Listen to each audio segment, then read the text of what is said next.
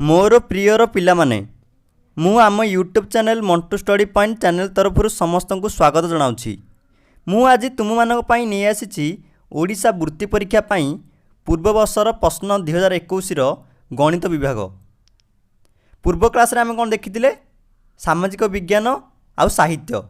तो यही क्लास रे आम डिस्कसन करबा गणित विभागर पूर्व वर्षर प्रश्न गुड़िक। 45 60 एवं 75 गसागु और लसागुर जोगफल केते देखिदेबा। कान्य 45 तापर 60 आ 75 केते जीवो 15 15 3 45 15 चौक 60 15 5 75। तो 15 आसले हारी गसागु आउ जीवो कि आ जीवनी से 15 आसले हारी गसागु। तापर देखिबा आउ कौन हम तार गुणन करदे कारण कौटी एका भली संख्या ना ते आम कौन कर गुणन करदे। तो देख 15 3 45 45 चौक के 180 180 5 180 5 देखिदियो 180 5 18 5 90 आ गोटे 0 अच्छी 0 पकईदेव है। तो 900 है आंसर। सरी 900 आंसर आसनी 900 आसला कौन लस आगु। तो 900 लस आगु आसला कौन कर मिसईदेव 15 कही कौन लस आगु और गस आगु। तो 915 हो आंसर 915 हो आंसर। गोटे आयत चित्र अंकन करी तार गोटे जोड़ा विपरीत शीर्षबिंदु को जोग कले त्रिभुजद्वय कोणरे परिमाण अनुजाई कि प्रकार कोण देख देखिनिबा। गोटे आयत चित्र अंकन करदेबा अंकन करदेली कौन कही गोटे आयत चित्र अंकन करी तार गोटे जोड़ा विपरीत शीर्षबिंदु को जोग कले। देख गोटे जोड़ा गोटे आम विपरीत बिंदु को जोग कले त्रिभुजद्वय कोणर परिमाण अनुजाई कि प्रकार कोण से कही त्रिभुजद्वय कोणर परिमाण अनुजाई कि प्रकार कोण हेले क्यों कोण आसुची 90 डिग्री ये आसुची। तो आमर यहाँ निश्चय कौन हो समकोण यहाँ समकोण। तो समकोण हो राइट आंसर है। केउ कोण सॉरी केउ क्षुद्रतम संख्यार 4 जोग कले जोगफल 25 और 30 द्वारा विभाज्य हे।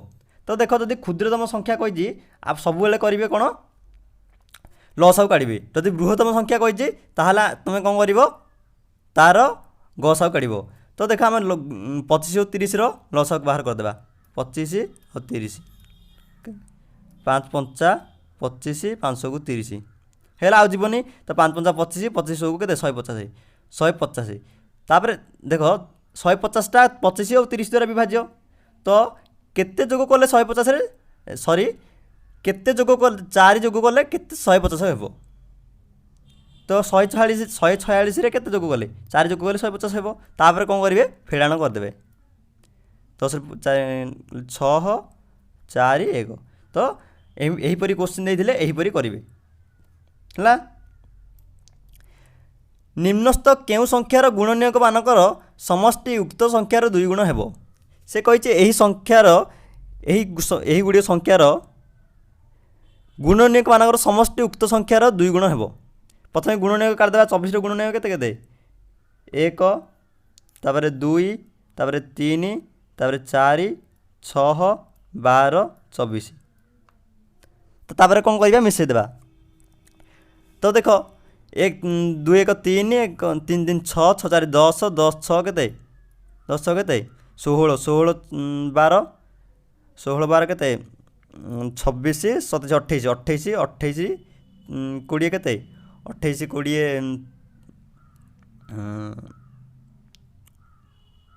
20 50 52। तो 52 आसची।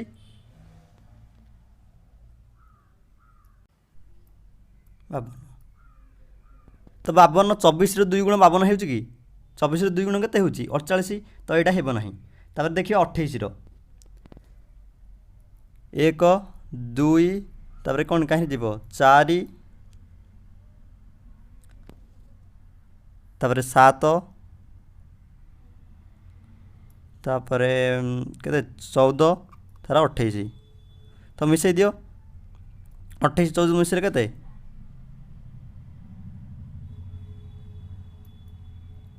8 4 12 2 ରଖିଲେ 1 2 1 3 1 4 42 42 7 42 7 ମିଶେଇ ଦିଅ 7 8 9 49 49 50 53 53 3 56 କେତେ 56 ହେଲା। ତ 56 ଆସିଲା ଏତିକି ମିଶେଇବାରୁ। ତ ମିଶେଇଲା ପରେ 56 ଆସିଲା ତ 28 ରୁ 2 ଗୁଣ ଦେଖିଦିଅ 28 ଗୁଣନ 2 2 16 6 ରଖିନେଲେ 1 2 2 4 1 5 56 ତ ହେଲା। ତ 28 ହେଇଯିବ ରାଇଟ୍ ଆନ୍ସର୍। ଗୋଟିଏ ବର୍ଗାକାର କ୍ଷେତ୍ରର ପରିଧି 72 ମିଟର ହେଲେ ଏହାର କ୍ଷେତ୍ରଫଳ କେତେ? ତ ପରିଧି ହେଲେ କ'ଣ ପରିସୀମା। ଗୋଟିଏ ବର୍ଗାକାର କହିଛି ଗୋଟିଏ ବର୍ଗଚିତ୍ର କହିଛି ତ ବର୍ଗଚିତ୍ର ଜାଣିଛ ଚାରୋଟି ଯାକ ବାହୁ ସମାନ ତ ସେ କହିଛି ଏତିକି ମିଶେଇବାରୁ କେତେ ଆସୁଛି 72। ତ ଗୋଟିଏ ବାହୁ କାଢ଼ିବା ତ ଗୋଟିଏ ବାହୁ କେତେ କ'ଣ କରିବା ହରଣ କରିଦେବା 72 ହରଣ 4 4 1 4 4 1 4 3 2 4 8 32 ତ 18 ଗୋଟିଏ ବାହୁର ଦୈର୍ଘ୍ୟ ହେଉଛି 18। ତ କ୍ଷେତ୍ରଫଳର ସୂତ୍ର କ'ଣ ବାହୁ ଗୁଣନ ବାହୁ ତ 18 ଗୁଣନ 18 କେତେ 18 ଗୁଣନ 18 ହେଲେ 324 ବର୍ଗ ମିଟର ଆସିବ। ମୁଁ କହୁଛି ସମସ୍ତେ ବର୍ଗ ଗୁଡ଼ିକ ଘୋଷି ରଖିଦେଇଥାନ୍ତୁ 2 ଠୁ ଆରମ୍ଭ କରି 30 ପର୍ଯ୍ୟନ୍ତ ବର୍ଗ ଗୁଡ଼ିକ ଘୋଷିକି ରଖିଦେଇଥାନ୍ତୁ କାରଣ ନବୋଦୟ ଏକ୍ଜାମରେ ତୁମର କାମରେ ଆସିବ। ତ ରାଇଟ୍ ଆନ୍ସର୍ ହେଇଯିବ କ'ଣ 324। 9 9.9 9.09 9.009 ର ଯୋଗଫଳ କେତେ?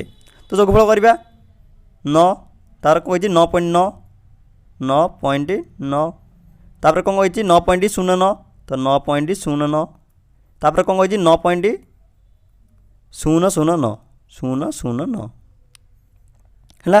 ତ ଯୋଗ କରିଦିଅ 9 9 9 ଦଶମିକ ତ 4ଟା 9 ଅଛି ତ 9 ଯୋଗ କେତେ 36 ତ 36.999 ହେଇଯିବ ରାଇଟ୍ ଆନ୍ସର୍। 400 ଜଣ ଅଷ୍ଟମ ଶ୍ରେଣୀର ବିଦ୍ୟାର୍ଥୀଙ୍କୁ ନେଇ ସେମାନଙ୍କର ଚକ୍ଷୁର ବର୍ଣ୍ଣ ଉପରେ ଅନୁଧ୍ୟାନ କରାଗଲା। ନିମ୍ନରେ ଦିଆଯାଇଥିବା ଚାର୍ଟ ଅନୁଯାୟୀ କେତେ ଜଣ ବିଦ୍ୟାର୍ଥୀଙ୍କ ସବୁଜ ଚକ୍ଷୁ ଥିଲା? ଦେଖ ସେ କହିଛି ଆମର 400 ଜଣ ଅଷ୍ଟମ ଶ୍ରେଣୀର ଛାତ୍ର ଥିଲେ 400 ଜଣ ହେଲା। ତ ସେ କହିଛି କ'ଣ କେତେ ବିଦ୍ୟାର୍ଥୀ ସବୁଜ ଚକ୍ଷୁ ଥିଲା। ତ ସବୁଜ ଚକ୍ଷୁ ଏଠି ଦେଖ ଦେଇଛି ଚାର୍ଟରେ ଦେଖାଯାଉଥିବ କେତେ ପରସେଣ୍ଟ 30% ଦେଇଛି ହେଲା। ଚକ୍ଷୁର ରଙ୍ଗ ଏକାନି ଦେଇଛି ଏଇଟା ହେଉଛି ଚକ୍ଷୁର ରଙ୍ଗ ତାପରେ ଏଇଟା ହେଉଛି ପରସେଣ୍ଟେଜ୍ ହେଲା ଦେଖିଦିଅ 30%। ତ 30% 400 30% କେତେ 30/100 ତ 2ଟା ଶୂନକୁ 2ଟା ଶୂନ କଟିଗଲା ତ 4 12 ହେଲେ 120 ତ 120 ଜଣଙ୍କର କେତେ ସବୁଜ ଚକ୍ଷୁ ଥିଲା। ଯଦି 36,940 ସଂଖ୍ୟାଟିରେ 6 ତଥା 9 ଅଙ୍କ ଦ୍ୱୟ ନିଜର ସ୍ଥାନ ପରିବର୍ତ୍ତନ କରନ୍ତି ତେବେ ମୂଳ ସଂଖ୍ୟା ଓ ନୂଆ ସଂଖ୍ୟା ମଧ୍ୟରେ ପାର୍ଥକ୍ୟ କେତେ?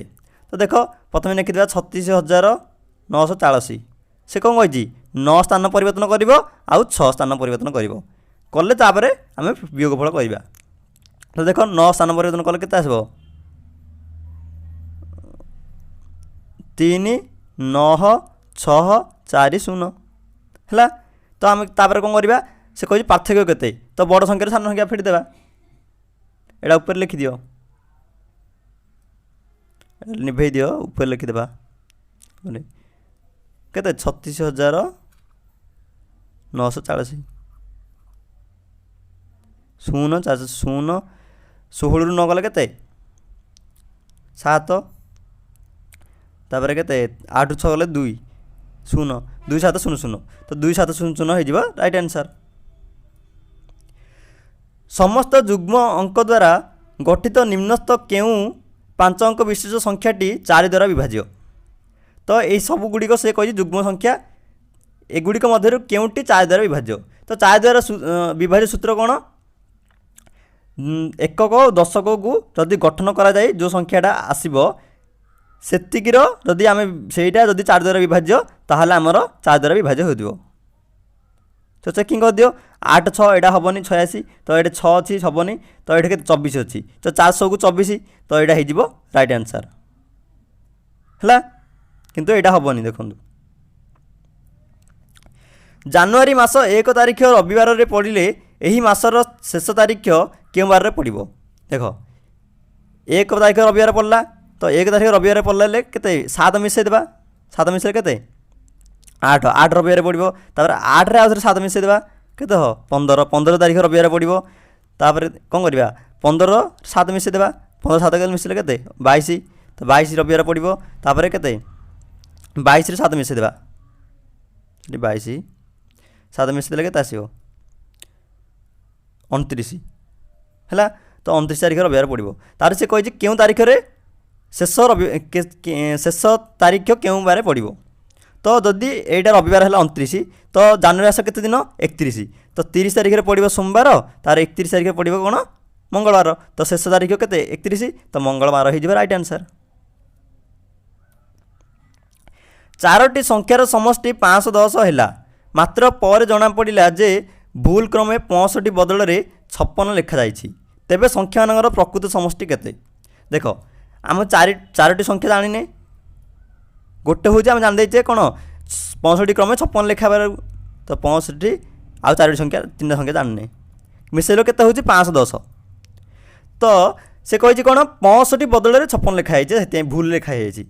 ତ ତେବେ ସଂଖ୍ୟାମାନଙ୍କର ପ୍ରକୃତ ସମଷ୍ଟି କେତେ? ଯଦି 65 ଲେଖା ହେଇଥାନ୍ତା ଏଇଠି ତାହେଲେ କେତେ ହୋଇଥାନ୍ତା?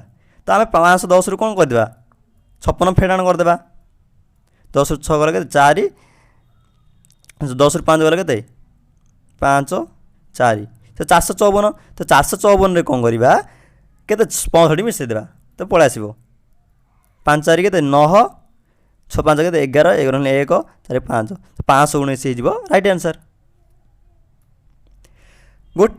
ଗୋଟିଏ ସରି ଏଇଟା ବିଦ୍ୟାଳୟ ଲେଖା ହେଇଛି, ଗୋଟିଏ ବିଦ୍ୟାଳୟରେ 10:30 AM କାର୍ଯ୍ୟ ଆରମ୍ଭ ହୋଇ 4:15 PM ଶେଷ ହୁଏ, ଏହା ମଧ୍ୟରେ 30 ମିନିଟ୍ ମଧ୍ୟାହ୍ନ ଭୋଜନ ବିରତି ହୁଏ, ତେବେ ବିଦ୍ୟାଳୟରେ କେତେ ସମୟ ପାଠପଢ଼ା କାର୍ଯ୍ୟ ହୁଏ?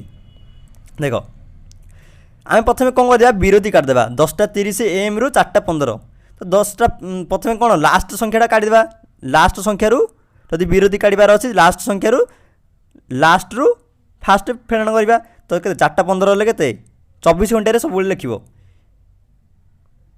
କେତେ 16ଟା 15 ହେଲା। ତାପରେ ଏଇଟା କେତେ 10:30, 10:30 ଫେଡ଼ାଣ କରିଦିଅ।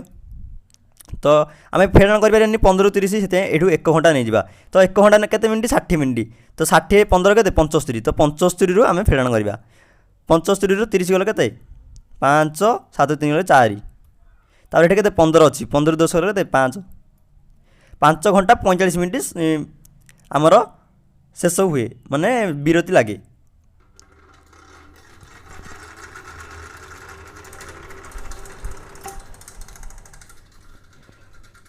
ତେବେ ସେ କହିଛି କ'ଣ 30 ମିନିଟ୍ ଆମେ ବିରତି ନେବା, ତ 30 ମିନିଟ୍ ଆମେ ଫେଡ଼ାଣ କରିଦେବା, 45 30 ଗଲେ କେତେ 5 7 3 ଗଲେ 3, 7 3 ଗଲେ 1, ତ 5 ଘଣ୍ଟା 15 ମିନିଟ୍, ତ 5 ଘଣ୍ଟା 15 ମିନିଟ୍ ହେଇଯିବ ରାଇଟ୍ ଆନ୍ସର୍। 1 କିମି ଲମ୍ବ ଏକ ରାସ୍ତାରେ 1 ହେକ୍ଟୋମିଟର ବ୍ୟବଧାନରେ ଖୁଣ୍ଟ ପୋତା ଯାଇଛି, ରାସ୍ତାର ଆରମ୍ଭ ଓ ଶେଷରେ ଗୋଟିଏ ଲେଖାଏଁ ଖୁଣ୍ଟ ଥିଲେ ମୋଟ ଖୁଣ୍ଟ ସଂଖ୍ୟା କେତେ? ଦେଖ 1 କିମି କେତେ 1000 ମିଟର, ତ ସେ କହିଛି କ'ଣ 1 ହେକ୍ଟୋମିଟର କେତେ ମିଟର, 1 ହେକ୍ଟୋମିଟର ମନେ ରଖିଥିବେ ହେମି 100 ମିଟର ହେଲା, 100 ମିଟର ହେଲା। ତ ଆମର এইটি গোটে সে কী কোণ 1 কিমি লম্ব এক রাস্তায় 1 হেক্টোমিটর ব্যবধানের খুঁট পোতা হয়েছি, রাস্তার আরম্ভ ও শেষে গোটে লেখায় খুঁট পোতা হয়েছি হল। তো রাস্তার আরম্ভে গোটে খুঁট পোতা হয়েছি, তো 100 মিটরে আউ গোটে খুঁট পোতা হব 100 200 300 400 500 600 700 800 900 তাপরে 1000 শেষে গোটে পোতা হয়েছি। তো আমার কেতে হল গোটে 2টা 3টা 4টা 5টা 6টা 7টা 8টা 9টা 10টা 11টা কেতটা খুঁট পোতা হল 11টা, তো 11টা হয়ে রাইট आंसर হল। 36 কেতোটি মৌলিক গুণনীয়ক অছি, তো প্রথমে 36 গুণনীয়ক বাহার করে দিও 1 2 3 তাপরে কোণ 4 তাপরে 9 তাপরে কেতে 12 তাপরে হচ্ছে 18 তাপরে 36, तो आमर देखिब मौलिक गुणनीयक गले कौन मौलिक गले कौन मौलिक माने जार दुईटी गुणनीयक थिबो तो 2 रो 2टी गुणनीयक अच्छी 3 रो 2टी गुणनीयक अच्छी किंतु यही सबुगुड़िकर अनेक गुड़िए गुणनीयक अच्छी से 2 आउ 3 36 रो 2टी मौलिक गुणनीयक अच्छी 2 3 से 2टी हो राइट आंसर है 4,96,372 संख्याटी 4 एवं 7 रो स्थानीय मूल्यर वियोगफल केते तो 4 रो स्थानीय मूल्य काट दियो केते 4 केते सुनो 1 2 3 4 5 5 है तार 7 रो केते 70 तो केते 0 10 7 गले केते 9 तार 9 9 9 तार 3 है 3 सॉरी एटा गोटे 0 कटिबो 8 होइबो है 8 होइबो कटिबो केते हेबो 0 9 9 9 3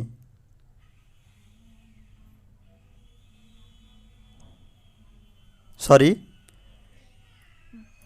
आउ थे नंबर टी बुझे दूसरी 4 1 2 3 4 5 5 0 तापर 7 केते 70 0 10 रु 7 गले केते 3 3टा भूल लिखी थी मु 9 तापर केते 9 9 9 एटी 3 तो 3 9 9 9 3 0 कोड़े अच्छी 3 9 9 9 3 0 ऑप्शन डी हूँ राइट आंसर तुम ज्यामिति बॉक्स रे थिबा जेउ सेट स्क्वायर रे कौनसी दुईटी बाहु समान नुहे ताहार बृहत्तम और क्षुद्रतम परिमाणर पार्थक्य केते तो सेट स्क्वायर गोटे अच्छी आम ज्यामिति बॉक्स रे एहीपरि होइतिबो दुई प्रकार अच्छी गोटे हूँ सामान टाइप टी किंतु आम डिस्कसन करवा जो है लंबा थी टे गोटे बृहत्तम गोटे सान तो ये के 90 डिग्री हो आईटा हो 60 डिग्री यहाँ हूँ के 30 डिग्री है तो आम कौन कही बृहत्तम आ क्षुद्रतम बृहत्तम के 90 आ क्षुद्रतम के 30 तो 90 रू 30 फेण कर दियो के आसो 60 तो 60 हूँ राइट आंसर 195.25 रे 5 स्थानीय मान केते देख तो ए 5 जब देखा गले के 5 दशांश तो 5 दशांश कौट लिखाई कि सॉरी 5 शतांश हम 2 दशांश हम यहाँ तो 5 शतांश कौट लिखाई कि लिखाई तो यही 5 देखा यही 5 के 5 1 तो 5 1 ये लिखाई 5 1 हूँ राइट आंसर जदि 5 शतांश लिखाई था 5 शतांश 5 1 हम दुईटी जा हम है 1331 कहार गुणितक अटे तो तुम सब जाक कौन कर चेकिंग कर देखिए सतर देख हेनी किंतु 11 हो कारण देख 11 जदि विभाजित सूत्र कौन कहवा जदि 1 3 3 1 एले कौन गोटे छाड़ी गोटे कौन करवा मिसेबा तो 3 1 4 एटा भी 3 1 4 तो 4 फेड़ाण 4 शून्य आसची एटा हूँ विभाजित सूत्र तो शून्य आसले कौन हो विभाज्य हम तो 11 द्वारा यहाँ हूँ विभाज्य ये हूँ 11 गुणितक हूँ 1331 है भावुँ भिडटी समस्त इनफर्मेटिव होइथिबो जदि भिडटी भल लगी ताहले लाइक शेयर और कमेंट करेंगे और जदि आपनर किसी डाउट अच्छी आम चैनल को फॉलो करूँ और कमेंट बॉक्स रे जणांतु आम निश्चय आपन डाउट क्लियर करदेबू है धन्यवाद जय हिंद।